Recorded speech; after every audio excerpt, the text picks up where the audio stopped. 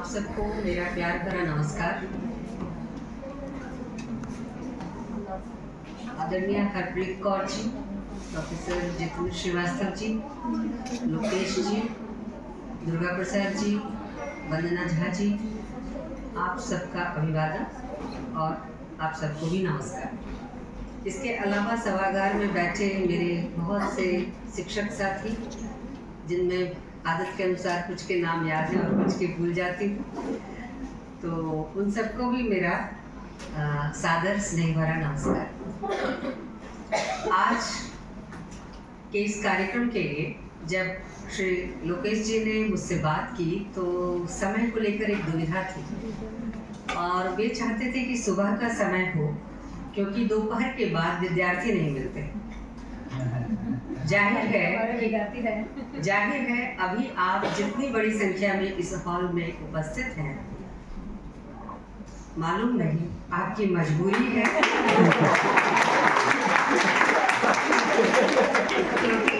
क्योंकि जो संभावना जताई जा रही थी, परिणाम तो बिल्कुल उल्टा है। विद्यार्थी बहुत ज्यादा है और सारे के सारे युवा चेहरे, इसलिए है कि आपको सुनने के लिए और बाहर तेज बारिश है। जब मैं आई तब भी बारिश है और प्रिंसिपल महोदया अभी बता रही है कि अभी बहुत बारिश हो रही है। तो ऐसी स्थिति में आप इतनी बड़ी संख्या में 4:30 से ऊपर हो रहा है, निश्चित तौर पर मैं आपको आपका साधुवाद ज्ञापित करती हूँ कि चाहे दबाव से चाहे लगाव से, जिस भी कारण से आप यहाँ बैठे हैं, बहुत सार्थक बैठे हैं। देखिए, आप सब युवा हैं, विमर्श आप ही के लिए है, किसी और के लिए नहीं। विमर्श की समकालिकता का अर्थ भी आपसे कनेक्ट होना है, आपसे जुड़ना है। और अगर हम अपनी बात आपको नहीं समझा सके, आपसे हम साझा नहीं कर सके, तो फिर हम समकालिक भी होने का दावा नहीं कर पाएंगे। यह एक तरह का अगर इस पीढ़ी का, हमारी पीढ़ी का आपकी पीढ़ी से संवाद है, और यही तो विमर्श है। जो संवाद है वही विमर्श है। विमर्श वह नहीं है जो किसी निश्चित ठोस सिद्धांत या नियम पर पहुंच जाए। विमर्श वह है जिसमें निरंतर संवाद की पहलकदमी चलती रहे, संवाद रोका न जाए, संवाद किसी भी कॉर्नर से, किसी भी कोने से उलट पुलट कर, चाहे वह पहले स्थापित विचार और मान्यताओं को बिल्कुल सिर के बल खड़ा कर देने वाला क्यों ना हो, उसका स्वागत करता हो। यही विमर्श है। और विमर्श में जो निरंतरता की चीज़ है, निरंतरता, कंटिन्यूटी जिसे हम कहते हैं, निरंतरता का होना सर्वाधिक जरूरी है। विमर्श जाहिर है कि कोई ना कोई सामाजिक या राजनीतिक, आर्थिक या सांस्कृतिक किसी न किसी एक मुद्दे पर होगा, और उस एक मुद्दे की, जिसको हिंदी में कहते हैं बाल की खाल निकालना, जब तक आप बाल की खाल न निकाल दें तब तक उसको छोड़े नहीं। चाहे उसमें स्त्री विमर्श करते करते आप पुरुष विमर्श की बात शुरू करें, लेकिन करें, ये है विमर्श। तो ऐसे में कि एक विषय को लेकर हम इतनी दूर तक खींचे, उसमें सब कुछ की संभावना है, सब हर तरह से एक विषय को देखने की संभावना है। पक्ष विपक्ष, सहमत असहमत, द्वंद्व निर्द्वंद्व, किसी भी भाव से उसके पास जाइए, लेकिन जाइए और बहस कीजिए, संवाद कीजिए। सवाल है, आप सब नई पीढ़ी के लोग हैं, संवाद आपसे ज़्यादा कौन करता है? सबसे ज़्यादा संवाद में अगर इस वक्त कोई पीढ़ी है तो आपकी पीढ़ी है। और संवाद आप कैसे करते हैं? संवाद के लिए क्या चीज़ ज़रूरी है? संवाद की एक परंपरा पुरानी भी थी, ग्रीक परंपरा भी है, भारतीय परंपरा भी। अभी वंदना जी ने नचिकेता का उदाहरण दिया और दुर्गा प्रसाद जी ने ग्रीक ट्रेडिशन का उदाहरण दिया, अरिस्टोटल और प्लेटो का उदाहरण दिया। उनकी सारी किताबें संवादात्मक तरीके से लिखी हुई हैं। तो संवाद की परंपरा पुराने समय में, पुराने ज्ञान परंपरा का एक अनिवार्य हिस्सा है। लेकिन उस संवाद में और आज के संवाद में, जो विमर्श के जरिए संवाद हम कर रहे हैं, क्या चीज़ अलग है और क्या चीज़ विशिष्ट है, और उन चीज़ों के कारण किस तरह की नई चुनौतियाँ, नई ज़रूरतें पैदा हो रही हैं, जहाँ हमें सचेत रहने की आवश्यकता है कि जो भी विमर्श हम कर रहे हैं कहीं वो हवा हवाई ना हो जाए। विमर्शों के हवा हवाई बनते देर नहीं लगती।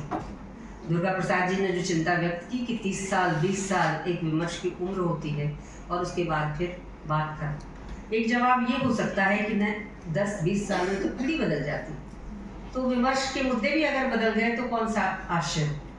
लेकिन विमर्श के मुद्दे बदल सकते हैं, विमर्श एकदम खत्म हो जाए, उसका नाम लेवा ना रहे, चीज़ें बिल्कुल उल्टी दिखाई दे, तो फिर कहा ही जाएगा कि जरूर कोई अन्य कारक भी मौजूद था जिसने विमर्श को जिंदा रहने से रोका।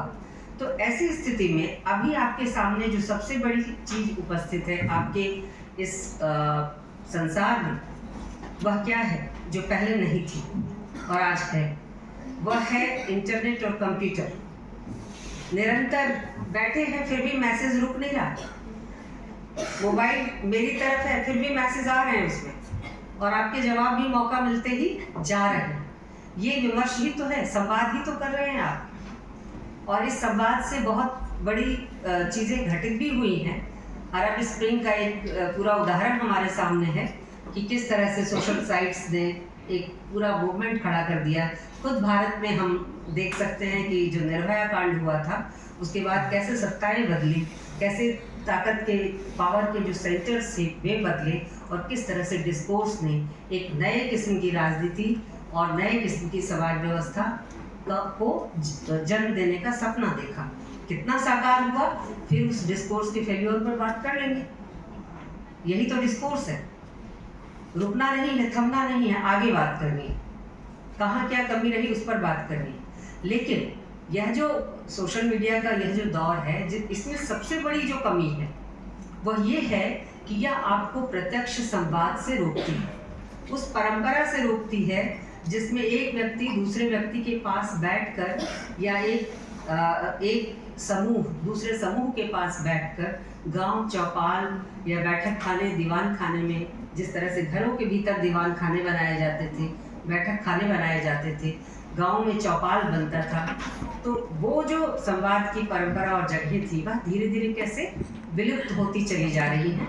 हम संवाद कर रहे हैं, कंटिन्यूअस संवाद कर रहे हैं, रात 12 बजे 2 बजे तक, और सुबह उठते ही फिर से कुछ और चीज़ उठाया नहीं, चश्मा ढूंढा अगर हमारी एज के हैं तो, और मोबाइल। ये मैं भी करती हूँ इसलिए कह रही हूँ, अनुभव जन्य सत्य है। तो ये जो है, इसमें दिक्कत क्या है कि फिर जब हम इस तरह का संवाद करने लग जाएंगे तो इंटेंशन नहीं ढूंढेंगे। विमर्श में ज़रूरी है कि हम बात करें और एक हद तक इंटेंशन न ढूंढें। मंशा क्या है? आप मुझे हेलो भेज रहे हैं, आपकी मंशा मैं पहले पूछूं तो संवाद वहीं रुक जाएगा। जैसे लाठी मारते हुए मैं पूछ दूं कि क्या काम है, हेलो के जवाब में यही पूछ दूं क्या काम है, विमर्श खत्म, बातचीत खत्म, संवाद खत्म। लेकिन अगर मैं फिर हेलो के जवाब में हेलो ही कहूँ, फिर धीरे धीरे धीरे बात बढ़ती है, हो सकता है उसमें कोई मीनिंगफुल बात भी आ जाए। तो इंटेंशन आरंभ में ही विमर्श के आप मत खोजिए। विमर्श की शैशवावस्था में विमर्शों के इंटेंशन अगर आप ढूंढने लग जाएंगे तो बहुत सारी परिणतियों से चूक जाएंगे। तो ऐसे जहाँ इंटेंशन या मंशा या गुण दोष खोजा जाता है वो जगह विमर्श की नहीं, वह जगह आलोचना की है। आलोचना में आप गुणात्मकता खोजते हैं, मंशा खोजते हैं, लेखक की मंशा क्या है, वो कैसा समाज चाहता है, क्या चाहता है। लेकिन जो विमर्श कर रहा है वह तो अपना अनुभव शेयर करना चाहता है, और एक ऐसा कंधा चाहता है जो सौहार्दपूर्ण हमदर्दी वाला कंधा हो, वो आपकी बात समझ सके और आपको अपनी बात से सहमत करा सके, और फिर इस तरह से कड़ियाँ जुड़ती चली जाए और पता चले कि यह तो एक विराट अनुभूति है, सामान्य अनुभूति नहीं। और उस विराटता का जो पैमाना है वो यहाँ से तय होता है। एक छोटा सा उदाहरण देती हूँ। आप सबने नाम सुना होगा, अभी बहुत चर्चा हो गई, हमारे साथियों ने, वंदना जी ने भी, दुर्गा जी ने भी उल्लेख किया कि फ्रैंकफर्ट स्कूल, और फ्रैंकफर्ट स्कूल से ही जुड़े एक व्यक्ति का उदाहरण देती हूँ, स्टुअर्ट हॉल का। लगभग 20 साल तक डायरेक्टर रहे फ्रैंकफर्ट स्कूल के, बर्मिंघम सांस्कृतिक केंद्र के, और वहाँ उन्होंने डायरेक्टर रहते हुए फिर जब अमेरिका शिफ्ट किया तो उन्होंने और उनकी पत्नी ने एक यूनिवर्सिटी में, अमेरिका के एक यूनिवर्सिटी में पढ़ाना शुरू किया, और पढ़ाने के दौरान उनकी पत्नी वही रिसर्चर भी थी। ये प्रोफेसर थे, पत्नी रिसर्चर थी। जैसा कि अमेरिका के यूनिवर्सिटीज़ में होता है, रिसर्चर को भी टीचर के बराबर ही दर्जा मिलता है। कोर्स वो अपना डिज़ाइन कर सकते हैं, अपने अनुसार सिलेबस तैयार करके पढ़ा सकते हैं, पेपर सेट कर सकते हैं और बराबर ही टीचर के समान उनको सम्मान और वेतन इत्यादि भी मिलता है। संयोग से उनकी पत्नी गर्भवती हुई और तब उनको छुट्टी लेना पड़ा, घर में बैठी कुछ महीनों के लिए। और वैसी स्थिति में स्टुअर्ट हॉल ने लिखा कि मैं सिर्फ ब्लैक लोगों के अधिकारों की बात करता रह जाता, मुझे फेमिनिज्म नहीं समझ में आता। अगर मेरी पत्नी गर्भवती होकर घर में नहीं बैठती तो मैं कभी नहीं समझ पाता कि स्त्रियां क्यों फेमिनिज्म की बात करती हैं, उनके कष्ट क्या हैं, उनके घरेलू दायित्व क्या है, उनकी जैविक संरचनाओं में किस तरह से उन दायित्वों के प्रति एक कर्तव्य बोध का विकास समाज के द्वारा किया जाता है और ये परंपरा कैसे पीढ़ी दर पीढ़ी चलती रहती है, मैं इस बात को कभी नहीं समझ पाती। अगर मैं केवल विश्वविद्यालय का प्रोफेसर होता, पति ना होता, तो मैं कभी इस चीज़ को नहीं समझ पाता। ये स्टुअर्ट हॉल ने अपनी आत्मकथा जो उन्होंने एक इंटरव्यू की शक्ल में दी है, उसमें बताया है। साथ ही उन्होंने अपनी उस दादी का जिक्र किया है, कैसे फेमिनिज्म सीखा, कैसे विमर्शों की तरफ आए।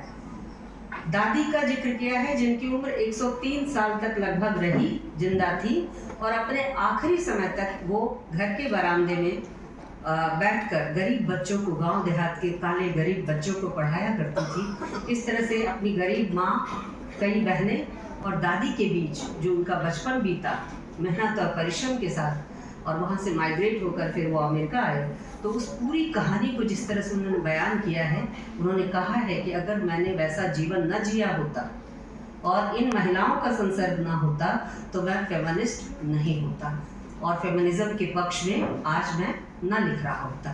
अंततः वो फेमिनिस्ट नहीं थे, वो ब्लैक राइट के लड़ाकू योद्धा थे, लेकिन उन्होंने जो मार्जिनलाइज्ड लोगों की बात की, उसमें जो वजन और आत्मविश्वास आया वह उनके अपने अनुभव के दम पर आया। तो यह जो चीज़ है जिसमें विमर्श के क्रम में जब एक व्यक्ति दूसरे से जुड़ता है, दूसरा तीसरे से, और ये जो चेन बनता चला जाता है, यह साझा अनुभूति के संसार को निर्मित करता है। वहाँ हम अपनी अनुभूतियों में उनके कह सकते हैं कि उनके ठोस होने, सच होने, जायज होने, बहुत सारी चीज़ों की छील कतर ब्योन वही कर लेते हैं। समाज में उन मुद्दों को लेकर लड़ने जाने के पहले एक स्क्रीनिंग वही हो जाती है।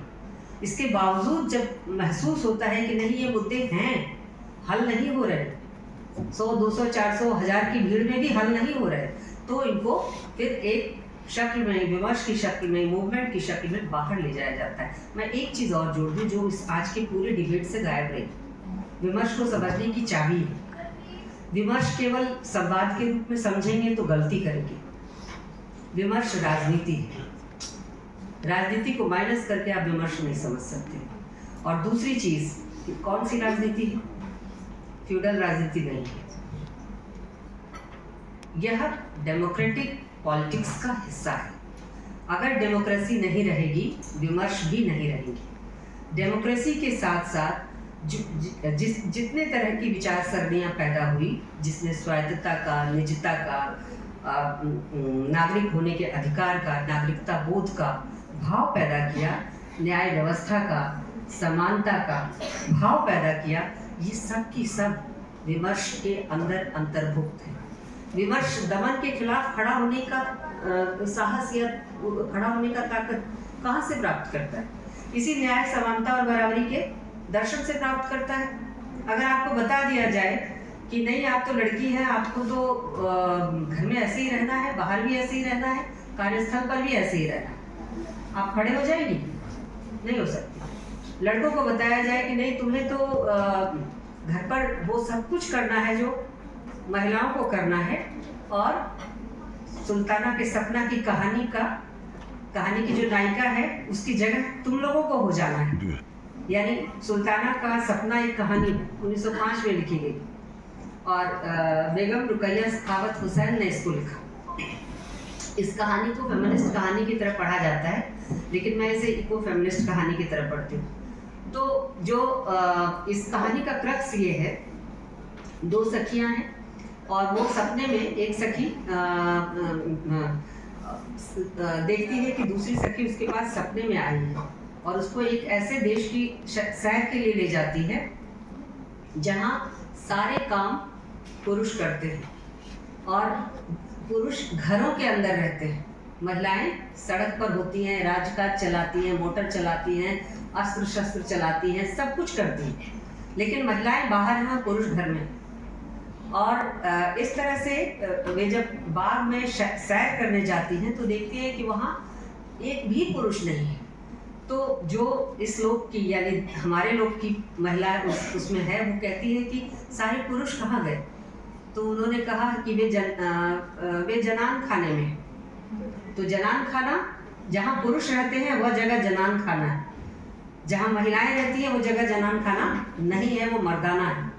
और सपने वाली महिला जो सैर करा रही है अपने संसार की इस नायिका को, सुल्ताना को, वह कहती है कि तुम तो पुरुषों की तरह शर्मा रही हो। अब ये शर्माना गुण जो है ये भी पुरुषों का है, स्त्रियों का नहीं। तो अगर आपको इस तरह से इस कहानी के नायिका के जो ट्रेड्स हैं, उसकी विशेषताएं हैं, उसकी तरह से पुरुषों को ट्रेन किया जाए, आप स्वीकार कर लेंगे कि आपको वैसे ट्रेन किया जाए? बिल्कुल नहीं स्वीकार करेंगे, कहेंगे ये क्या, हम क्यों शर्माए? हमें तो सिखाया गया है कि हम शर्म महिलाओं का गहना है ना। तो महिलाओं को भी उससे लड़ने में, इस तरह की जकड़बंदियों से, इस तरह की विचार सरणियों से लड़ने में पुरुषों की आवश्यकता है, पुरुषों के सहयोग की आवश्यकता है। साथ ही साथ यह चीज़ समझने की ज़रूरत है कि शर्माना न तो स्त्रियों का गहना है, न पुरुषों का गहना है। अपनी बात न्यायपूर्ण ढंग से, बेबाकी से, तार्किक और संगत तरीके से और औचित्यपूर्ण तरीके से रखना हर किसी व्यक्ति विशेष का गुण है। यह न तो स्त्री का गुण है, न पुरुष का गुण। बहुत सारे पुरुष इस गुण से वंचित होते हैं, बहुत सारी अधिकतर स्त्रियां इस गुण से वंचित होती है, क्योंकि उनकी ट्रेनिंग में होती है कि उनको साफ नहीं बोलना है, उनको छिपा कर बोलना है। आज मुझे एक बात बहुत अच्छी लगी दुर्गा जी की। लास्ट में, अंत में जाते जाते इन्होंने कहा कि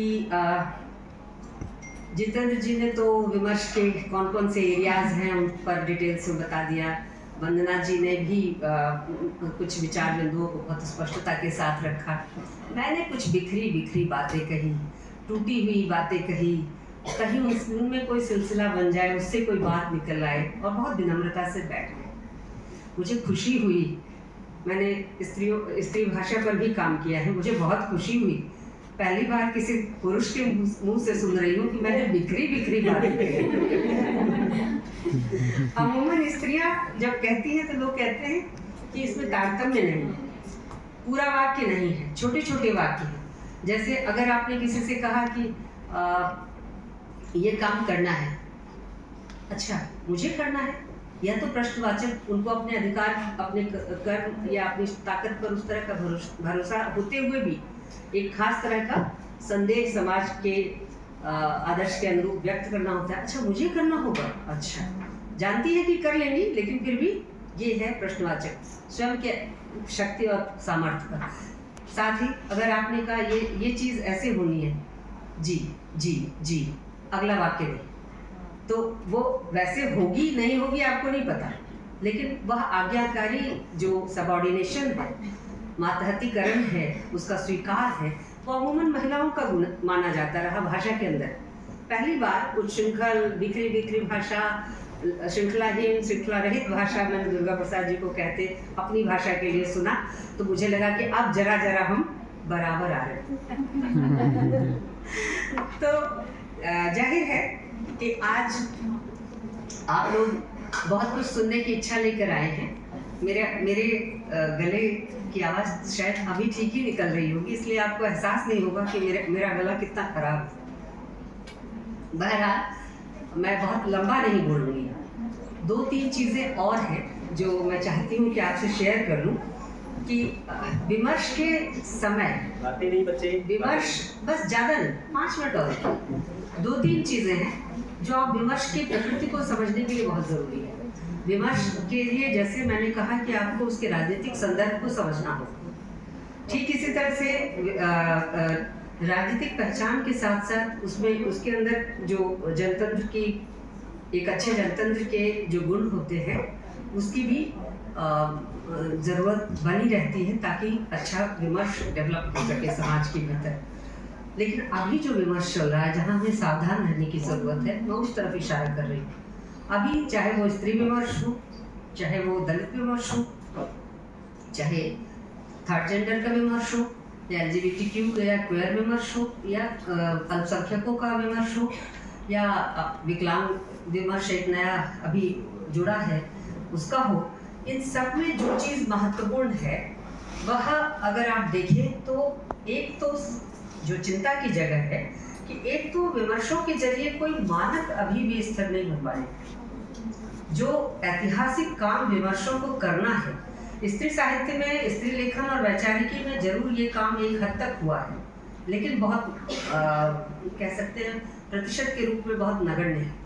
जितनी मात्रा में स्त्रियां लिख रही हैं उस तरह से सैद्धांतिक लेखन न के बराबर हुआ है। तो जब तक हम विमर्श की केवल बात करेंगे, विमर्श के जरिए जो कुछ निकल रहा है, प्राप्त हो रहा है, उसको सैद्धांतिक जामा नहीं पहनाएंगे, तब तक बहुत सी बातों को विमर्श के संदर्भ में कहना मुश्किल होगा।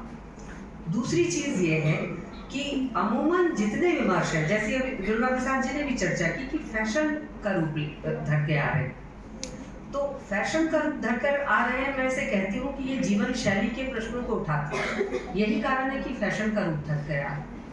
यानी जीवन शैली के प्रश्न क्या है, हम कैसे कपड़े पहनेंगे, हमारी चॉइस है। कपड़ों से, बाहरी प्रकृति से, वेशभूषा से विमर्श का दूर दूर तक संबंध नहीं। आप पारंपरिक वेशभूषा, पारंपरिक आचरण के साथ भी विचारों में नए का स्वागत कर सकते हैं, मौलिक का उद्बोधन कर सकते हैं, और यही वो जगह है जो बाहरी दिखावे और जीवन शैली के प्रश्न से हटकर गंभीर और ठोस चीज़ों को महत्व देता है। विमर्शों में ज़रूरत है केवल जीवन शैली के समस्याओं को एड्रेस करे, वही नहीं बल्कि ठोस सवालों को, वैचारिक सवालों को, आर्थिक और सामाजिक पक्ष से जुड़े सवालों को उठाए। मैं आपको आज बहुत बात हुई भारत और पश्चिम, ये विलोम तो बनता ही रहता है, आज से थोड़ी बन रहा है।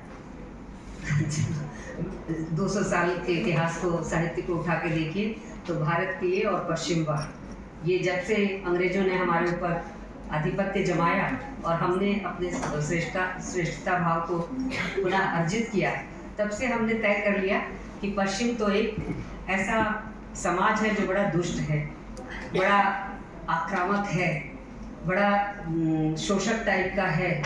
वो ऐसा कुछ है जो हमारे तमाम संस्कारों के विपरीत पड़ता है।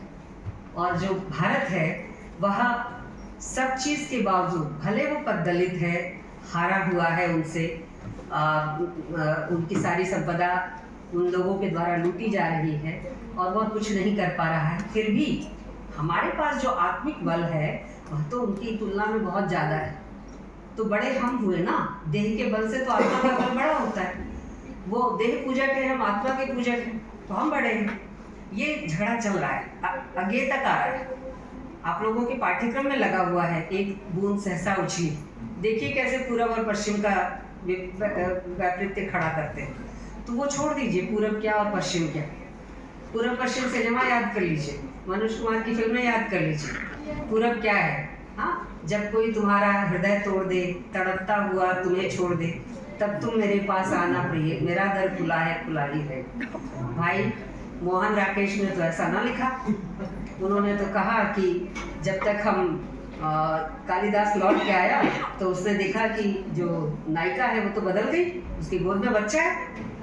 तो आषाढ़ का एक दिन मल्लिका तो बदल गई, तो कालिदास के लिए तो दर नहीं खुला तो खुला रह गया, लेकिन मनोज कुमार के यहाँ दर खुला का खुला ही रहता है। कालिदास की नायिका बदल जाती है मल्लिका, उसकी गोद में बच्चा है, उसका यथार्थ बदल चुका है। कालिदास 20 साल बाद लौट कर आया है, 14 साल संभवतः लौट कर आया है, और देखता है कि वह जिस मल्लिका को चाहता था अब वो मल्लिका है नहीं, वह तो एक बच्चे की माँ है। और तब मल्लिका से जब वो सवाल पूछता है तो मल्लिका क्या कहती है, मैंने भावना में भावना का वर्ण किया था, यानी हृदय से नहीं बदली। अगर हृदय से बदलना कुछ नहीं था तो कालिदास को मल्लिका का वर्ण करना चाहिए था। ऐसा होता नहीं। यथार्थ, सामाजिक संबंध बार बार परिभाषित और पुनर्परिभाषित होते हैं, तो ऐसा होता नहीं। सच्चाई विपरीत जाती है, दर हमेशा नहीं खुला रहता, यथार्थ सरक लेता है, आगे बढ़ जाता है। तो यह जो कहने का अर्थ ये है कि पूरब और पश्चिम का झगड़ा तो हम लोग देखते आए हैं, पूरब में ये और पश्चिम में ये। सवाल है कि पूरब में जो कुछ लिखा गया, क्या हमने उसे ध्यान से पढ़ा है? जो कुछ पूरब की भी छोड़ देती हूँ मैं, एशियाई लिटरेचर की भी छोड़ देती हूँ, सिर्फ हिंदी लिटरेचर की बात कर रही हूँ, अन्य भारतीय भाषाओं के इतिहास की भी बात छोड़ती हूँ। क्या हिंदी साहित्य के इतिहास में महिलाओं ने जो कुछ लिखा, हमारे यहाँ के विद्वान पंडित जन उन सारे साहित्य को पढ़ पाए हैं, उसका पुनरुद्धार कर पाए हैं? और अगर कर पाते, ज़्यादा नहीं, 100 साल के लेखन का ही अगर पुनरुद्धार आप कर लें तो आपको एक पैरेलल ऑल्टरनेटिव डिस्कोर्स दिखाई देगा जो इतिहास से नहीं, विमर्श से भी गायब है। मैंने कुछ कोशिश की है, लेकिन अकेला चना भार नहीं फूट सकता, बहुत कोशिशों की ज़रूरत है। आप पुराने साहित्य को देखिए, मैं क्यों कह रही हूँ, आप भूल जाएंगे ये कहना कि 1920 का समय भारत ऐसा था, 1920 की जो राजनीतिक और सामाजिक आर्थिक वैचारिकी थी वो ऐसी थी, भूल जाएंगे ये कहना। जब आप महिलाओं का लेखन देखेंगे, वहाँ धर्म को लेकर, राष्ट्र को लेकर, भाषा को लेकर, शिक्षा को लेकर जिस तरह का ऑल्टरनेटिव नैरेशन है, वह किसी भी ग्रैंड नैरेशन से भारी पड़ता है। सवाल है, आप पढ़े तो एक बार, जाएं तो उनके पास, और वह निश्चित तौर पर, मैं सहमत हूँ वंदना जी से, भारतीय और जो पाश्चात्य या फ्रांसीसी अमेरिकी जो स्त्रीवाद है उसमें डिफरेंस है, और पूरी दुनिया के स्त्रीवाद में दूसरे देश के स्त्रीवाद से डिफरेंस है। हर देश की स्त्री का दूसरे देश की स्त्री से एक अंतर है, एक पूरे देश की स्त्री का अपने अन्य प्रांतों की स्त्री से अंतर है। अन्य प्रांतों में भी सारी स्त्रियां एक दूसरे के जैसी नहीं है, तो वैविध्य तो है। और ये सच है कि जब हम महादेवी को पढ़ते हैं, होमवती देवी को पढ़ते हैं, हीरा देवी चतुर्वेदी को पढ़ते हैं, यशोदा देवी को पढ़ते हैं, और इस तरह की अन्य लेखिकाओं को पढ़ते हैं, महादेवी ने एक चीज़ कही जो आपके लिए मैं लेकर आई थी, सोच रही थी कि आपको बताऊं। महादेवी ने कहा कि इस विज्ञान युग ने क्या किया है, इस विज्ञान युग ने एक बड़ा अच्छा काम किया है कि इसने दूर की चीज़ों को निकट ला दिया है और पास की चीज़ों को दूर कर दिया है। अब हमको अपना पड़ोसी नहीं दिखाई देता, हमको चांद तारे बहुत आसानी से बड़े बड़े उसमें हम देख पाते हैं, उस पर मिट्टी है, पानी है, लाल रंग है, क्या है, सब पता है, लेकिन पड़ोसी नहीं दिखाई देता। स्त्रियां अपने घर की नहीं दिखाई देती, अपने घर में काम करने वाली महिलाएं और दलित नहीं दिखाई देती। तो यह जो निकट का दूरत्व है ये खतरनाक है। विमर्शों में संकट यहीं पर है। आप चश्मा लगाइए लेकिन इतना रंगीन नहीं कि आपको निकट का यथार्थ न दिखाई दे और वह वैविध्य, वह विविधता न दिखाई दे। सब कुछ पश्चिम में खारिज करने लायक नहीं है और पूरब में भी सब कुछ स्वीकार करने लायक है। इतना ब्लैक एंड वाइट न विमर्श का एरिया है, न डिस्कोर्स या डिस्कशन का एरिया है, न डायलॉग का एरिया है। तो मैं यही कहना चाहती हूँ, आप सब यंग हैं, युवा हैं, इंटरनेट ने आपको दूर की चीज़ों को पास ला दिया, लेकिन अपने पास की चीज़ों को, माँ से बात करने का टाइम नहीं है, पिताजी से बात करने का टाइम नहीं है, भाई को आधा घंटा पढ़ाने का टाइम नहीं है, लेकिन इंटरनेट पर घंटों लगे रहने का खूब टाइम है। तो इसे कम कीजिए, घर के भीतर संवाद कीजिए, समस्याओं को समझिए, छोटी छोटी समस्याएं देखिए, वो केवल आपके घर की समस्या नहीं है। जब आप भूख और गरीबी की बात करते हैं 60s के दौर की, तो एक दलित परिवार के भूख और गरीबी की ही बात नहीं होती। आप उस समय अगर जरा पूरा उसको फैला कर देखें तो ओवरऑल भारत की गरीबी और भूख की बात है। उस समय के सवर्ण परिवारों में भी सिर्फ छुआछूत का भाव नहीं था, लेकिन दरिद्रता वही थी, चिकित्सकीय असुविधाएं वही थी, मृत्यु के दर वही थे और भूख का नंगा नाच भी वही था। तो एक पूरी परिस्थितियां थी जो उस पीढ़ी को प्रभावित कर रही थी। उसमें कुछ विशिष्टताएं, उनके अपने जो सामाजिक बंधन है उसके कारण पैदा हुई। महिलाओं पर वो और ज़्यादा थी, दलितों पर थी, अल्पसंख्यकों पर थी। तो इस तरह से चीज़ों को समझने में, साइंटिफिक तरीके से चीज़ों को समझने में हमें मदद करता है विमर्श। लेकिन सवाल है कि हमारे पाँव विमर्श की आंधी में उड़े नहीं, ठहर के रुक कर चलना सीखें। धन्यवाद।